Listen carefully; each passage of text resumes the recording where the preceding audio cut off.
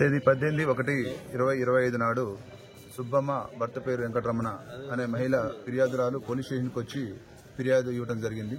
ఆమెకి ముగ్గురు కుమార్తెలు సంతానము. పెద్ద కుమార్తె అయిన మాధవిని సుమారు 13 సంవత్సరాల క్రితము గురుమూర్తి అనే వ్యక్తికిచ్చి మ్యారేజ్ చేయడం జరిగింది. వీళ్ళిద్దరిది కూడా ప్రకాశం డిస్టిక్. గురుమూర్తి అనే వ్యక్తి ఆర్మీలో పనిచేసి రిటైర్ అయి ప్రస్తుతం కంచన్బాగులో సెక్యూరిటీ గార్డ్గా పనిచేస్తుండ్రు. గత 5 సంవత్సరాలుగా మన వెంకటేశ్వర కాలనీ జిల్లెలగూడలో ఉంటుండ్రు.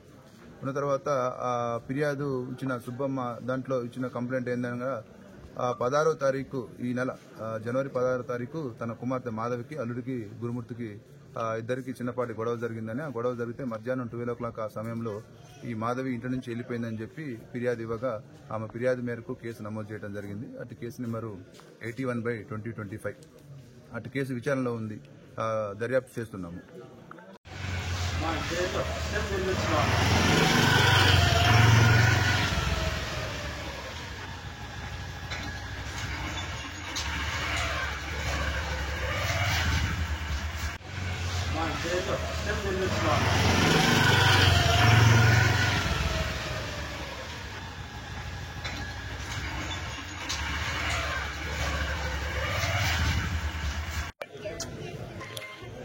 తేదీ 18/1/2025 నాడు సుబ్బమ్మ భర్త పేరు వెంకటరమణ అనే మహిళ ఫిర్యాదురాలు పోలీస్ స్టేషన్కి వచ్చి ఫిర్యాదు ఇవ్వడం జరిగింది. ఆమెకి ముగ్గురు కుమార్తెలు సంతానము. పెద్ద కుమార్తె అయిన మాధవిని సుమారు 13 సంవత్సరాల క్రితము గురుమూర్తి అనే వ్యక్తికిచ్చి మ్యారేజ్ చేయడం జరిగింది. వీళ్ళిద్దరిది కూడా ప్రకాశం డిస్టిక్.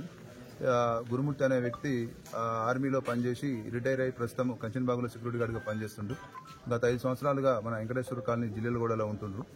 ఉన్న తర్వాత ఫిర్యాదు ఇచ్చిన సుబ్బమ్మ దాంట్లో ఇచ్చిన కంప్లైంట్ ఏందనగా 16వ తారీఖు ఈ నెల జనవరి 16వ తారీఖు తన కుమార్తె మాధవికి అల్లుడికి గురుమూర్తి